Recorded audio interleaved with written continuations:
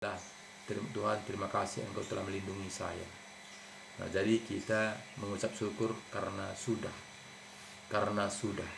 kita mengucap syukur pada Tuhan karena Tuhan sudah memelihara kita, Tuhan sudah memberikan kita kehidupan, karena sudah Tuhan memberkati kita. Dari situ kita mengucap syukur. Jadi bukan sebelum. Nah, jadi banyak saat ini manusia tidak bisa mengucap syukur, tapi hanya merintah mengatur Tuhan. Jadi Bapak Saudaraku, banyak saat ini kita melihat mulai Jumat Agung, bahkan juga kebangkitan Tuhan Yesus, banyak orang Kristen merayakannya, memperingatinya, bahkan sampai pesta pora, bahkan berjoget-joget, bahkan juga berminum-minum, bahkan juga bermabuk sampai mabuk-mabuk untuk merayakannya.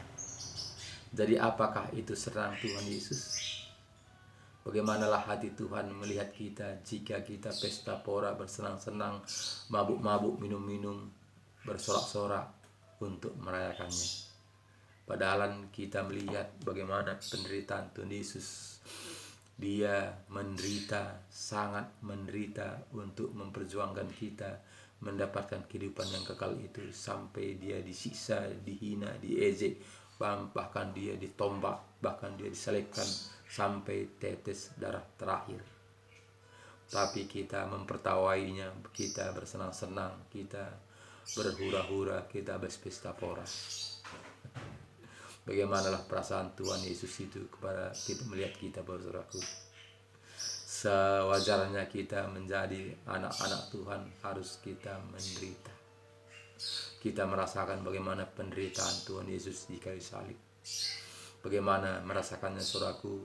Tuhan mengatakan kepada kita, ketika aku lapar, ketika aku sakit, ketika aku telanjang, ketika aku lapar, ketika aku dalam penjara. Itu kata Tuhan Yesus. Bahkan orang benar itu mengatakan, kapan engkau lapar? Kapan engkau dalam penjara? Kapan engkau sakit? Kapan engkau minta-minta? Kata orang benar itu. Jawab Yesus kepada orang benar itu, apa yang kau perbuat kepada orang yang paling hina ini, itulah untuk aku, kata Tuhan Yesus. Jadi itu harus yang kita perjuangkan, Bapak Saudaraku. Banyak sekeliling kita masih menderita, banyak sekeliling kita masih penuh kekurangan. Jadi itunya harus perlu kita bantu, saudaraku.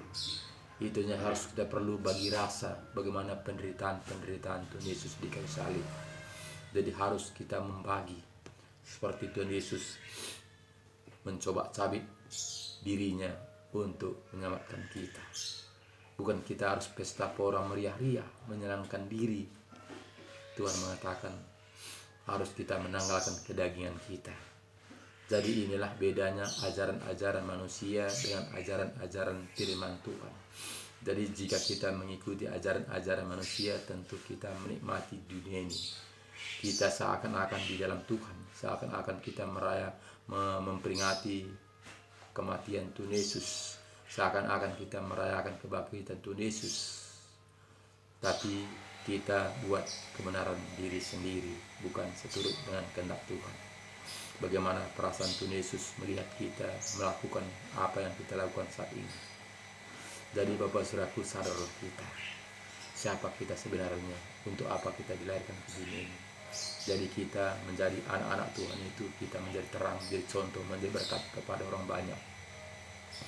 Jadi Bapak Saudaraku yang saya kasih, dalam nama Tuhan Yesus, ayat 20 mengatakan kepada kita, dan bukan untuk mereka ini saja aku berdoa, tetapi juga untuk orang-orang yang percaya kepadaku oleh pemberitaan mereka, supaya mereka semua menjadi satu, sama seperti Engkau, ya Bapa, di dalam aku dan aku di dalam Engkau, agar mereka juga di dalam kita, supaya dunia percaya bahwa Engkaulah yang telah mengutus aku. dan aku telah memberikan kepada mereka kemuliaan yang engkau berikan kepadaku, supaya mereka menjadi satu sama seperti kita adalah satu.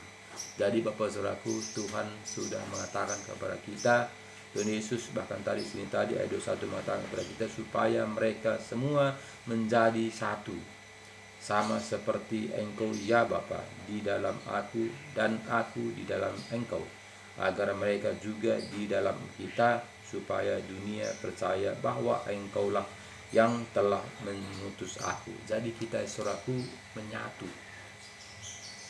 menyatu bersama Tuhan. Tuhan Yesus menyatu dengan Tuhan. Kita bersatu dengan Tuhan Yesus. Jadi kita itu menyatu, satu roh.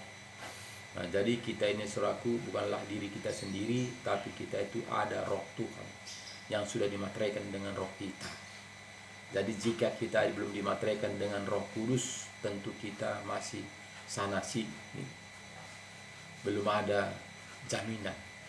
Jadinya Bapak Saudaraku, marilah kita cari kebenaran Tuhan itu supaya kita dimateraikan, supaya kita itu distempel menjadi milik Allah, sudah dijamin.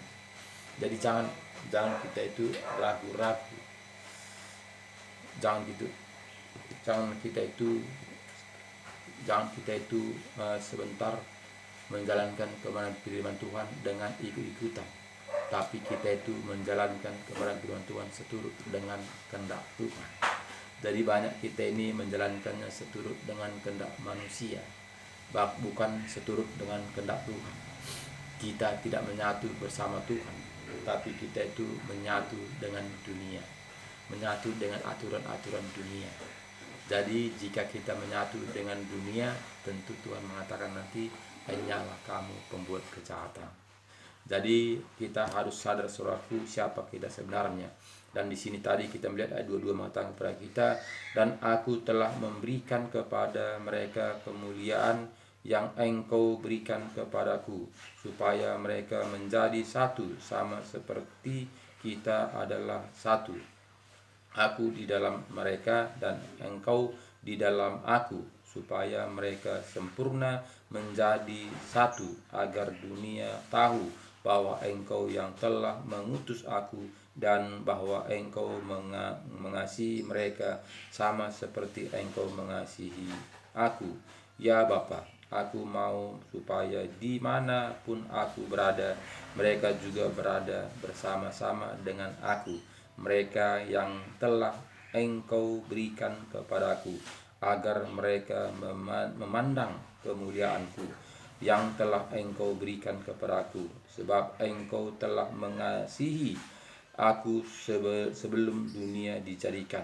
Ya Bapa yang adil, memang dunia tidak mengenal engkau, tetapi aku mengenal engkau, dan mereka ini tahu bahwa engkaulah yang telah mengutus aku, dan aku telah memberitahukan namamu kepada mereka, dan aku akan memberitahukan supaya kasih yang engkau berikan kepadaku adalah di dalam mereka, dan aku di dalam mereka. Jadi Bapak Saudaraku, di sini perjuangan Tuhan Yesus kepada kita sangatlah luar biasa. Jadi seakan-akan karena dia tidak ada di dalam dunia ini, sehingga engkau bersama aku, kata Tuhan Yesus kepada Bapa di sorga. Seakan-akan dia dua, seakan-akan kita sama seperti kita dengan anak kita.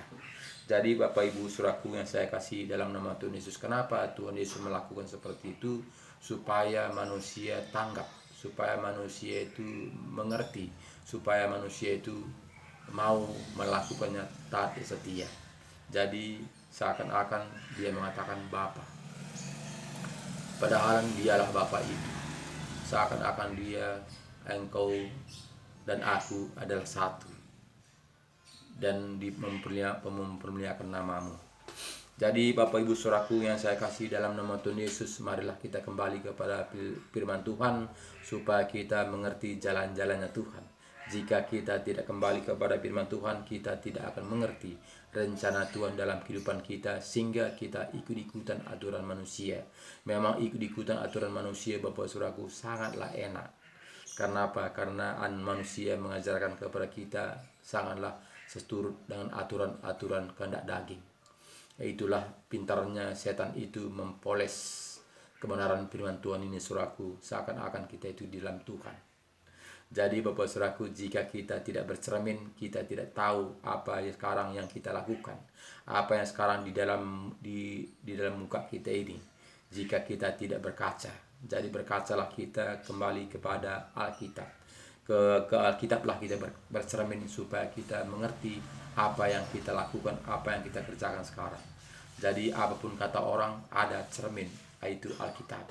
Apapun kata orang di muka kita ini ada nempel itu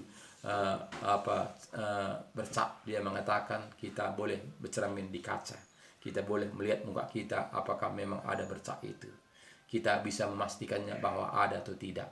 Jadi kita juga, Bapak Saudaraku, manusia mengatakan kamu sudah selamat karena kamu sudah menjadi Kristen, kamu sudah lahir baru.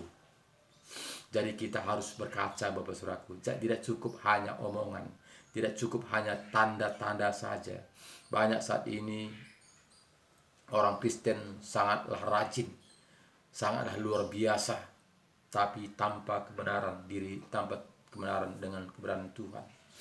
Jadi kita melihat di sini banyak saat ini kebenarannya seturut dengan kehendak manusia. Jadi itu tidak heran, Bapak Saudaraku. Kenapa? Karena si setan itu sangatlah licik. Karena Tuhan itu hampir sama. Hampir sama. Hanya si iblis ini tidak bisa membuat kehidupan. Hanya itu bedanya. Tapi sama kekuatannya di dunia ini. Kita melihat kalau di dunia ini setan ini sangat berkuasa. Sangatlah berkuasa. Sedangkan Tuhan Yesus sendiri diuji oleh si iblis ini.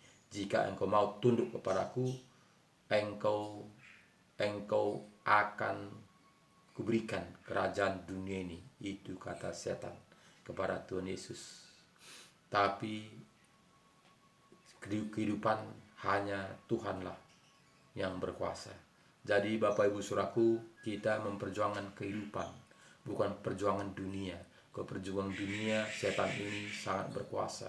Dia bisa menyenangkan manusia secara dunia, bisa dia kaya raya, karena setan ini sangat licik, setan ini sangat pintar, setan ini punya kuasa untuk memperkayakan manusia. Jadi Bapak Saudaraku, kita ikut siapa? Ikut setan apa ikut Tuhan? Ikut Tuhan tentu penderitaan, tapi ikut setan tentu bersenang-senang. Makanya Bapak Saudaraku, Tuhan mengatakan banyak yang datang, tapi sedikit yang terpilih.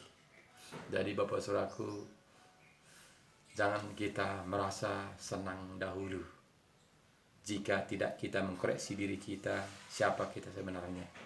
Jadi kita harus mengoreksi diri kita dengan Alkitab. Kita baca Alkitab ini bagaimana menurut firman Tuhan, apa yang diajarkan Tuhan kepada kita. Jadi jika kita hidup menurut aturan-aturan manusia, tentu sangatlah gampang. Sangatlah gampang. Kenapa? Karena mencuri pun kita, kalau kita memberi kepada orang lain, tentu kita itu orang baik. Banyak orang yang saat ini mencuri, Bapak sudah mencuri dia, tapi diberikannya untuk yang lain-lain. Berikannya ke panti asuhan, berikannya kepada jompo, untuk menunjukkan dia bahwa itu dia orang baik. Banyak orang menyanjung dia, banyak orang mengangkat dia, banyak orang memuji-muji dia. Kenapa? Karena dia baik, padahal tadi dia pencuri.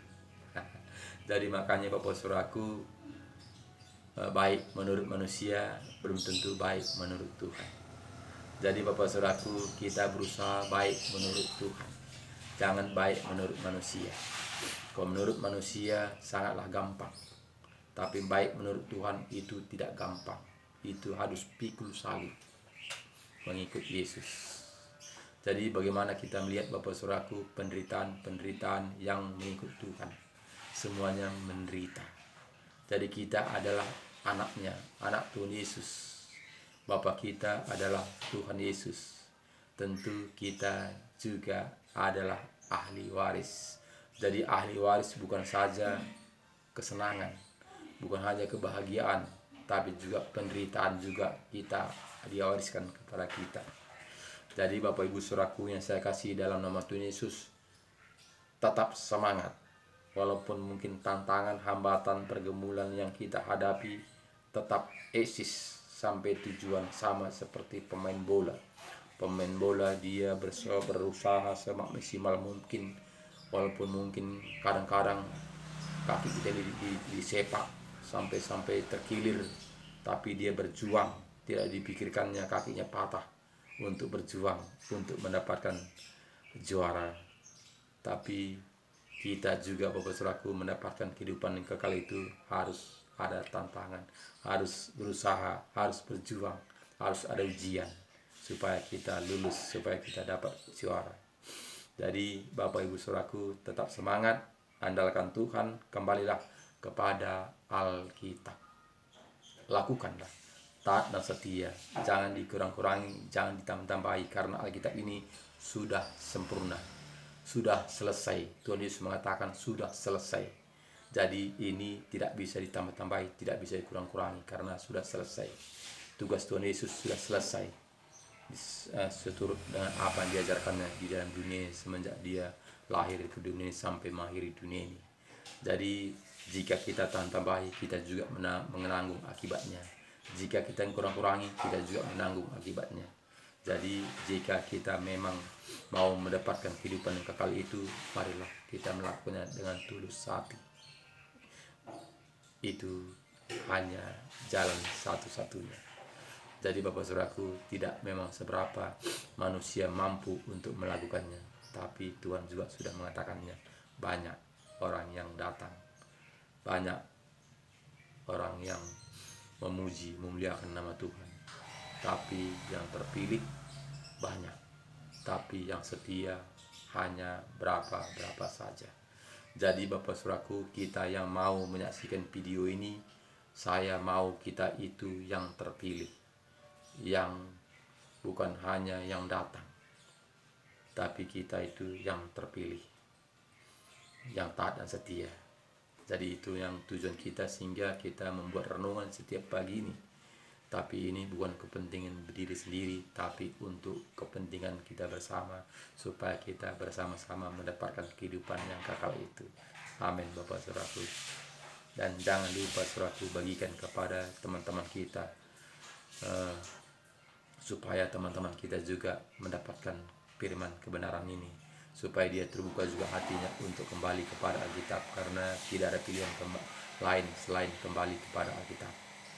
Bagikan, share, dan subscribe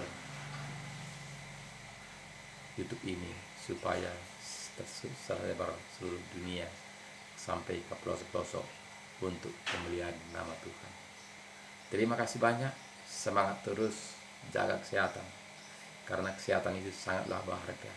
Tanpa kita sehat, kita tidak bisa berbuat apa-apa. Shalom, Tuhan Yesus memberkati. Amin.